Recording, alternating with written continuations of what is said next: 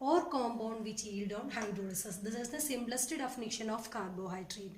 And next we want to know about the important functions of carbohydrate. It is the main source of energy in the body. Brain cells and RBC almost depends on carbohydrate as the energy. നമ്മുടെ ബോഡിയിലെ ഏറ്റവും important ആയിട്ടുള്ള ഒരു energy source ആണ് എന്ത്? Carbohydrate. നമ്മുടെ brain സെല്ലിനും അതുപോലെ തന്നെ RBCയും ഏറ്റവും കൂടുതലായിട്ടും എനർജിക്ക് വേണ്ടി ഡിപ്പെൻഡ് ചെയ്യുന്നത് നമ്മുടെ കാർബോഹൈഡ്രേറ്റ് എന്ന് പറയുന്ന ബയോമോളിക്യൂൾസിനെയാണ്. Next function, energy production from carbohydrate will be 4 kilocalorie per gram. That means per gram of carbohydrate can provide 4 kilocalorie. നമ്മുടെ ബോഡിയിൽ നമ്മൾ കഴിക്കുന്ന ഫുഡിലൂടെ നമ്മുടെ ബോഡിയിൽ എത്തുന്ന കാർബോഹൈഡ്രേറ്റ് ഓരോ ഗ്രാമിൽ നിന്നും 4 kilocalories വീതം നമ്മുടെ ബോഡിക്ക് ലഭിക്കുന്നുണ്ട്. It also acts as a storage form of energy. Excess carbohydrate will be stored in the form of glycogen in the liver and it will be utilized when we starved conditionലൊക്കെ നമ്മുടെ എന്തെങ്കിലും starvation കണ്ടീഷനിലൊക്കെ നമ്മുടെ ബോഡിക്ക് energy excess ആയിട്ട് വേണ്ടി വരുന്ന സമയത്ത് ഈ store ചെയ്തേക്കുന്ന ഗ്ലൈക്കോജനെ തന്നെ നമ്മൾ റീയൂസ് ചെയ്യുകയാണ് ചെയ്യുക. അത് മെറ്റബോളിസം എന്നുള്ള ടോപ്പിക്കിലോട്ട് വരുമ്പോൾ നമുക്ക് അതിനെക്കുറിച്ച് ഡിസ്കസ് ചെയ്യാം. Next, it is A structural basis of many organism. ഒരുപാട് ഓർഗാനിസത്തിൻ്റെ സ്ട്രക്ചറൽ ബേസിസ് ആയിട്ട് കാർബോഹൈഡ്രേറ്റ് ആക്ട് ചെയ്യുന്നുണ്ട്. For example, cellulose of plant and cell wall of microorganism. These are the important and main functions of carbohydrate. Next, going to the classification of carbohydrate. Carbohydrates are mainly classified into 4, that is monosaccharides, disaccharides, oligosaccharides and polysaccharides. Monosaccharides means, mono means one, saccharides means sugar, that means it containing only one sugar units. During hydrolysis the monosaccharide cannot be further hydrolyzed because അതിൽ എന്താണ് ഒരൊറ്റ sugar units മാത്രമേ ഉള്ളൂ. അതിന് എക്സാമ്പിളായിട്ട് നമ്മൾ commonly നമ്മൾ പറയുന്ന എക്സോ sugars ആയിട്ടുള്ള ഗ്ലൂക്കോസ്, ഫ്രക്ടോസ്, ഇതൊക്കെ നമ്മുടെ മോണോസാക്രൈഡ് കാറ്റഗറിയിൽ വരുന്നതാണ്. മോണോസാക്രൈഡ്സിനെ കുറിച്ച് ഡീറ്റെയിൽ ആയിട്ട് എക്സ്പ്ലെയിൻ ചെയ്യാറുണ്ട്. അതിൽ കൂടുതൽ മോണോസാക്രൈഡ്സിനെ കുറിച്ചും അതിൻ്റെ ഫങ്ഷൻസും പ്രോപ്പർട്ടീസും നമുക്ക് ഡിസ്കസ് ചെയ്യാം. Next, disaccharide. Di means two sugar units ഉള്ള കാർബോഹൈഡ്രേറ്റ്സിനെയാണ് നമ്മൾ എന്ത് പറയുന്നത്? ഡൈസാക്രൈഡ് എന്ന് പറയുന്നത്. എക്സാമ്പിൾസ് ഓഫ് ഡൈസാക്രൈഡ്സ് ആണ് lactose, maltose and sucrose. Lactose, maltose, sucrose ഇവയെല്ലാം 2 മോണോസാക്രൈഡ് യൂണിറ്റ് ജോയിൻ ചെയ്തുണ്ടായിരിക്കുന്ന ഡൈസാക്രൈഡാണ്. ഏത് മോണോസാക്രൈഡൊക്കെയാണ് ജോയിൻ ചെയ്തതെന്നുള്ളത് നമുക്ക് ഡൈസാക്രൈഡ് എക്സ്പ്ലെയിൻ ചെയ്യുമ്പം പറയാം.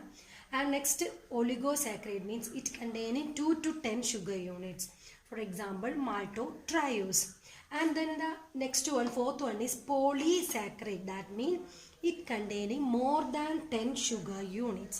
This polysaccharide is again classified into 2 groups, that is homopolysaccharides and heteropolysaccharides. Homopolysaccharides means it containing same type of monosaccharide unit.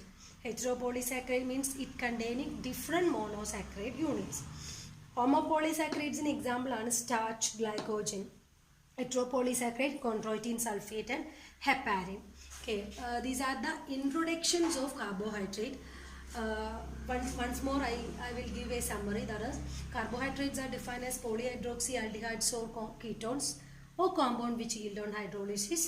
Important functions and their classification. ഇത് കഴിഞ്ഞിട്ട് മാത്രമേ ഓരോരോ ക്ലാസിഫിക്കേഷനിലൂടെ നമുക്ക് പോകാൻ പറ്റുള്ളൂ. ഓക്കെ, നെക്സ്റ്റ് നമുക്ക് മോണോസാക്രൈഡ്സ് ഡീറ്റെയിൽ ആയിട്ട് നോക്കാം. ക്ലാസിഫിക്കേഷനിൽ ഫസ്റ്റ് വൺ ആണ് monosaccharides. This monosaccharides is again classified into 2. First one depending upon the number of carbon atom. എത്രത്തോളം കാർബൺ ആറ്റം ആ ഒരു മോണോസാക്രൈഡ്സിൽ ഉണ്ട് എന്നതനുസരിച്ചും. Second one depending upon the functional group, aldehydes or ketones, ഏത് functional group ആണെന്നനുസരിച്ചും ഇതിനെ വീണ്ടും മോണോസാക്രൈഡ്സിനെ വീണ്ടും 2ആയി തരംതിരിച്ചിട്ടുണ്ട്. Depending upon the number of carbon atom, for example ട്രയോസിസ്, tetroses, pentoses, hexoses etcetera. Trioses means it containing 3, tetro 4, penta 5, hexo 6, അങ്ങനെ number of carbon atom അനുസരിച്ച് അതിനെ ക്ലാസിഫൈ ചെയ്തിട്ടുണ്ട്. സെക്കൻഡ് വൺ ആണ് ഇത് ആൽഡിഹൈഡ് ഗ്രൂപ്പ് ആണോ അല്ലെങ്കിൽ കീറ്റോ ഗ്രൂപ്പ് ആണോ എന്നതനുസരിച്ചും ഇവരെ ക്ലാസിഫൈ ചെയ്തിട്ടുണ്ട്. So main classification of monosaccharides വരുന്നത് നമ്പർ ഓഫ് കാർബൺ ആറ്റം അനുസരിച്ചോ ഫങ്ഷണൽ ഗ്രൂപ്പ് അനുസരിച്ചോ ആണ്. ഓക്കെ, നെക്സ്റ്റ് നമ്മൾ പോകുന്നത് പ്രോപ്പർട്ടീസ് ഓഫ് മോണോസാക്രൈഡ്സിനോടാണ്. അതിൽ ഫസ്റ്റ് പ്രോപ്പർട്ടിയാണ് എന്താ, stereo isomers or stereo isomerism. That means compound having same structural formula but different spatial configuration, that is known as stereoisomers, and this property is known as stereoisomerism.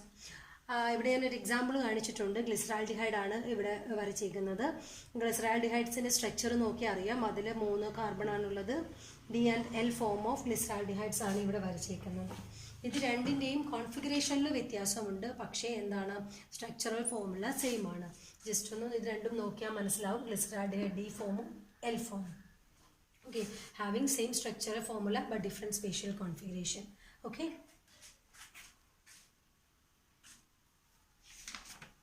പ്രോപ്പർട്ടിയാണ് asymmetric carbon atom. Asymmetric carbon atom means 4 different groups are attached to the same carbon atom. That means ഒരു carbon ആറ്റത്തിൻ്റെ valency 4 ആണെന്ന് നമുക്കറിയാമല്ലോ. ആ valency complete ചെയ്തേക്കുന്നത് 4 different groups ആണെങ്കിൽ അതിനെയാണ് നമ്മൾ എന്നാ പറയുന്നത്, അസിമെട്രിക് കാർബൺ ആറ്റം എന്ന് പറയുന്നത്. ഓക്കെ, നെക്സ്റ്റ് ഒരു പ്രോപ്പർട്ടിയാണ് D&L isomerism of glucose. Monosaccharides ആയിട്ടുള്ള ഗ്ലൂക്കോസിൻ്റെ ഒരു പ്രോപ്പർട്ടിയാണ് എന്ത്, D&L isomerism of glucose.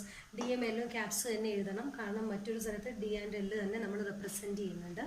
Okay, ഈ D&L ഐസോമറിസം എന്നാന്ന് നോക്കാം. The configuration of H and OH groups are changed and 2 mirror images are produced. That means H and OH ഗ്രൂപ്പിൻ്റെ position change ചെയ്തുകൊണ്ട് mirror image produce ചെയ്യുന്നതിനെയാണ് D&L isomerism എന്ന് പറയുന്നത്. അതിനുള്ള examples ആണ് ഞാൻ ഇവിടെ കാണിച്ചേക്കുന്നത്. D ഫോമിലുള്ള ഗ്ലൂക്കോസും L ഫോമിലുള്ള ഗ്ലൂക്കോസും. നിങ്ങൾക്ക് നോക്കിയാൽ തന്നെ അറിയാം, ഫങ്ഷണൽ ഗ്രൂപ്പിൽ ചേഞ്ച് ഒന്നും വരില്ല. That means the first carbon ആറ്റത്തിൽ ചേഞ്ച് ഒന്നും വരുന്നില്ല. Second, third, fourth and fifth carbon atom are totally reversed.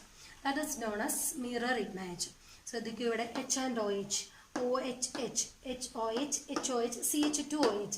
ഇവിടെ 6 കാർബൺ ആണ് മാറ്റമാണ്. C1, 2, 3, 4, 5, 6. C6H12O6 ആണ് ഗ്ലൂക്കോസിൻ്റെ കെമിക്കൽ ഫോർമുല എന്നുള്ള എല്ലാവർക്കും അറിയാവുന്ന കാര്യമാണ്. നെക്സ്റ്റ് L ഗ്ലൂക്കോസ് നോക്കൂ, നേരെ റിവേഴ്സ്ഡ് ആയിട്ടാണ് വന്നേക്കുന്നത് അല്ലേ. ഇവിടെ HOHന് പകരം അവിടെ നേരെ തിരിച്ച് OHH എന്നുള്ള ഫോമിലാണ് വന്നേക്കുന്നത്. That means total mirror image of glucose is known as D&L isomerism. അടുത്തൊരു പ്രോപ്പർട്ടിയാണ് optical activity. Optical activity, the presence of asymmetric carbon atom cause optical activity. Asymmetric carbon atom ഉള്ള ഒരു കാർബോഹൈഡ്രേറ്റ് കാണിക്കുന്ന ഒരു പ്രോപ്പർട്ടിയാണ് ഒപ്റ്റിക്കൽ ആക്ടിവിറ്റി. ഒപ്റ്റിക്കൽ ആക്ടിവിറ്റിയുടെ ഡെഫിനിഷൻ നോക്കാം. when a beam of plain polarized light passes through a solution of carbohydrate, it will rotate the light either towards right or left. Depending upon the rotation, molecules are called dextrorotatory or levorotatory. ഞാൻ നേരത്തെ പറഞ്ഞിരുന്നു D&L isomers നമ്മുടെ ക്യാപ്സിലാണ് denote ചെയ്യുന്നത്. ഇവിടെ ഡെക്സ്ട്രോറൊട്ടേറ്ററി and ലീവോറൊട്ടേറ്ററി നമ്മൾ denote ചെയ്യുന്നത് small d and small l ആണ്. റൈറ്റിലോട്ടാണെങ്കിൽ ഡെക്സ്ട്രോറൊട്ടേറ്ററി എന്നും ലെഫ്റ്റിലോട്ടാണെങ്കിൽ ലീവോറൊട്ടേറ്ററി എന്നുമാണ് പറയുന്നത്. ഒന്നുകൂടെ പറയാം.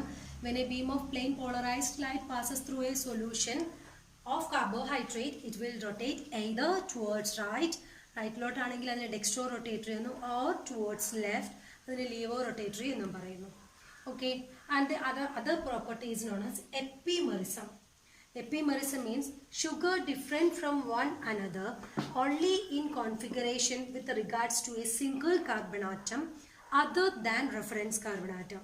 റെഫറൻസ് കാർബൺ ആറ്റം അല്ലാതെ ഏതെങ്കിലും ഒരു സിംഗിൾ കാർബൺ ആറ്റത്തിൽ ചേഞ്ച് വരുന്ന പുതിയൊരു മോണോസാക്രൈഡായി മാറുന്നതിനെയാണ് നമ്മൾ എന്ത് പറയുന്നത്, എപ്പിമെറിസം എന്ന് പറയുന്നത്.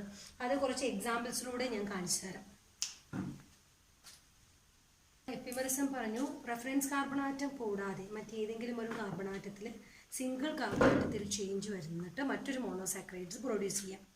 ഓക്കെ, ഇവിടെ ഒരു എക്സാമ്പിൾ നോക്കാം നമുക്ക്. ഗ്ലൂക്കോസിൻ്റെ എപ്പിമെറിസം ആണ് നമ്മളിവിടെ പറയാൻ പോകുന്നത്. ഇവിടെ ഗ്ലൂക്കോസിൻ്റെ സ്ട്രക്ചർ നോക്കാം. ഫസ്റ്റ് 1, 2, 3, 4, 5, 6 കാർബൺ ആറ്റമുള്ള ഗ്ലൂക്കോസിൻ്റെ സ്ട്രക്ചറാണ്. HOH, OHH, HOH, HOH, H2OH. Okay, ഈ ഒരു ഗ്ലൂക്കോസിൻ്റെ ഈ സ്ട്രക്ചറിൽ നിന്ന് ഇതിൻ്റെ സെക്കൻഡ് പൊസിഷനിൽ മാത്രം മാറ്റം വരുന്നു. ഇവിടെ HOH എന്നായിരുന്നു, അത് ഈ ഒരു സെക്കൻഡ് പൊസിഷനിൽ എത്തിയപ്പോൾ എന്തായി, നേരെ റിവേഴ്സ്ഡ് ആയി, OH ആയി. പക്ഷെ ബാക്കിയുള്ള കോമ്പൗണ്ട്സിനൊന്നും, ബാക്കിയുള്ള കാർബണിനൊന്നും ചേഞ്ച് ഇല്ല. ഇങ്ങനെ വരുന്ന സെക്കൻഡ് പൊസിഷനിൽ മാത്രം ചേഞ്ച് വന്ന് വരുന്ന മോണോസാക്കറൈഡ് ആണെന്ത്, മാനോസ്. ഗ്ലൂക്കോസിൻ്റെ സെക്കൻഡ് പൊസിഷനിൽ കാർബൺ ആറ്റത്തിലെ ചേഞ്ച് വന്നത് മാനോസ് ആയി മാറും. ഓക്കെ, അതേപോലെ തന്നെ മറ്റൊരു എക്സാമ്പിൾ ആണെന്ത്, ഗാലക്ടോസ്. ഈ ഗാലക്ടോസ് എന്ന് പറയുന്നത് ഗ്ലൂക്കോസിൻ്റെ 4th പൊസിഷനിൽ ചേഞ്ച് വരിക. ശ്രദ്ധിക്കുക, 1 2 3 4, ഈ 4th പൊസിഷനിൽ HOH എന്നുള്ളത് ഗാലക്ടോസ് എന്നുള്ള കോമ്പൗണ്ടിലേക്ക് ആകുമ്പോൾ അതെന്തായി മാറും, OHH എന്നായി മാറും. ബാക്കിയുള്ളതിനൊന്നും എന്തില്ല, ചേഞ്ച് ഇല്ല. ഓക്കെ, മനസ്സിലായോ എപ്പിമെറിസം എന്താണെന്ന്? ഒരു സിംഗിൾ മോണോസാക്കറൈഡ്സിലെ റെഫറൻസ് കാർബണാറ്റം ഒഴികെ മറ്റേതെങ്കിലും കാർബണാറ്റത്തിൽ ചേഞ്ച് വന്ന് അത് മറ്റൊരു കോമ്പൗണ്ടായിട്ട് മാറുക, മറ്റൊരു മോണോസാക്കറൈഡായിട്ട് മാറുക. 3 എക്സാമ്പിളാണ് ഇവിടെ കാണിച്ചിരിക്കുന്നത്, glucose, mannose and galactose.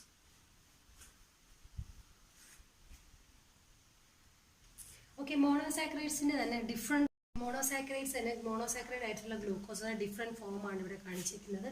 Glucose തന്നെ ലീനിയർ ഫോം, ഓപ്പൺ ചെയിൻ ഫോമിൽ എക്സിസ്റ്റ് ചെയ്യുന്നുണ്ട്, റിംഗ് സ്ട്രക്ചറിലും എക്സിസ്റ്റ് ചെയ്യുന്നുണ്ട്. ചെയിൻ ഫോം ആയിട്ടുള്ള ഗ്ലൂക്കോസ് നമ്മൾ നേരത്തെ ഓൾറെഡി കണ്ടു, അതാണ് ഈ എഴുതിയേക്കുന്നത്. HOH. ഇതിന് തന്നെ ഞാനൊന്ന് എക്സ്പ്ലെയിൻ ചെയ്ത് എഴുതി, ആ ബോണ്ട് ഒന്ന് ബ്രേക്ക് ചെയ്ത് എഴുതിയേക്കുന്നതാണിത് HOH എന്നുള്ളത്. ഈ റിംഗ് സ്ട്രക്ചർ എങ്ങനെയാണ് ഫോം ചെയ്യുന്നതെന്നാണ് കാണിച്ചേക്കുന്നത്. ഈ ഫസ്റ്റ് കാണിച്ചേക്കുന്നത് ഡി ഗ്ലൂക്കോസിൻ്റെ ഓപ്പൺ ചെയിൻ ഫോമാണ്.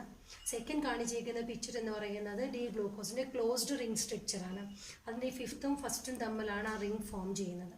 കംപ്ലീറ്റ് ഒരു റിംഗ് ഫോർമേഷനാണ് ഈ കാണിച്ചേക്കുന്നത്. ഇതിനെ നമ്മൾ പറയുന്നത് ഹാംവർത്ത് ഫോർമുല എന്നാണ്. Chain formula and Fischer form projection എന്നും റിംഗ് ഫോർമേഷന് ഹാംവർത്ത് പ്രൊജക്ഷൻ എന്നാണ് പറയുന്നത്. ഹാംവർത്ത് പ്രൊജക്ഷൻ ശ്രദ്ധിക്കുക, ഇത് നമ്മൾ ആൽഫ ഡി ഈ ബീറ്റ ഡി എന്ന് പറയുന്ന 2 ഡിഫറൻസ് നിങ്ങൾ കാണാം. ആൽഫ ബീറ്റ എന്ന് ഉദ്ദേശിക്കുന്നത് റെഫറൻസ് കാർബണാറ്റത്തിൽ ഇതിൽ വരുന്ന റൊട്ടേഷനെയാണ് നമ്മൾ എന്ത് പറയുന്നത്, ആൽഫ ആൻഡ് ബീറ്റ എന്ന് റെപ്രസെൻറ്റ് ചെയ്യുന്നത്. ഫസ്റ്റ് നമുക്ക് നോക്കാം, ഈ റിംഗ് സ്ട്രക്ചറിനെ ഈ ഒരു ലീനിയർ സ്ട്രക്ചറിനെ നേരെ റിംഗ് സ്ട്രക്ചറാക്കി മാറ്റിയിരിക്കുന്നതാണിത്. ഇതിൽ ഫസ്റ്റ് കാർബണാറ്റാണ് ഇവിടെ കാണിച്ചിരിക്കുന്നത്, ഈ HOH കാർബണാറ്റ് ഇവിടെയുണ്ട്, അതിൻ്റെ HOH representation. Then second HOH, third OH, 4th HOH, and 5th carbon atom here. This H is here and this H2OH is here, and the bonding is denoted from here. Okay, ഈ alpha D glucose ശ്രദ്ധിക്കുക, beta പൊസിഷനിൽ വരുമ്പോൾ ആകെ change വരുന്നത് ഒരൊറ്റ carbon ആറ്റത്തിന് മാത്രമാണ്, that is the first carbon atom. ആ HOH എന്ത് ചെയ്യും, റൊട്ടേഷനിൽ ചെറിയൊരു ചേഞ്ച് ഉണ്ടാവും. HOH എന്നുള്ള നേരെ തിരികെ OH ആവും. അത് ഇവിടെ ഈ ഒരു റെഫറൻസ് കാർബൺ ആറ്റത്തിൽ വരുന്ന ചേഞ്ചസ് മാത്രമാണ് ഈ ആൽഫ ബീറ്റ ഫോമിലൂടെ കാണിക്കുന്നത്. ഈ ഒരു ഗ്ലൂക്കോസിൻ്റെ ഡിഫറെൻറ്റ് ഫോംസ് മനസ്സിലാക്കിയ ബാക്കിയുള്ള എല്ലാ മോണോസാക്കറൈഡ്സിൻ്റെയും ഫോംസ് നിങ്ങൾക്ക് സ്വന്തമായിട്ട് എഴുതാൻ പറ്റും. ഇത് ജസ്റ്റ് പ്രാക്ടീസ് ചെയ്താൽ മാത്രമേ ക്ലിയർ ആവത്തുള്ളൂ. എഴുതി നോക്കി തന്നെ പ്രാക്ടീസ് ചെയ്യുക. ഒരുപാട് തവണ പ്രാക്ടീസ് ചെയ്ത് കഴിഞ്ഞാൽ ഗ്ലൂക്കോസ്, ഫ്രക്ടോസ്, മാനോസ്, ലാക്ടോസ് അങ്ങനെ ഡിഫറെൻറ്റ് ഷുഗേഴ്സിനെ നമുക്ക് ഇതുപോലെ ലീനിയർ സ്ട്രക്ചറിൽ നിന്ന് റിംഗ് സ്ട്രക്ചറിലോട്ട് കൺവേർട്ട് ചെയ്യാൻ പറ്റും. ഓക്കെ,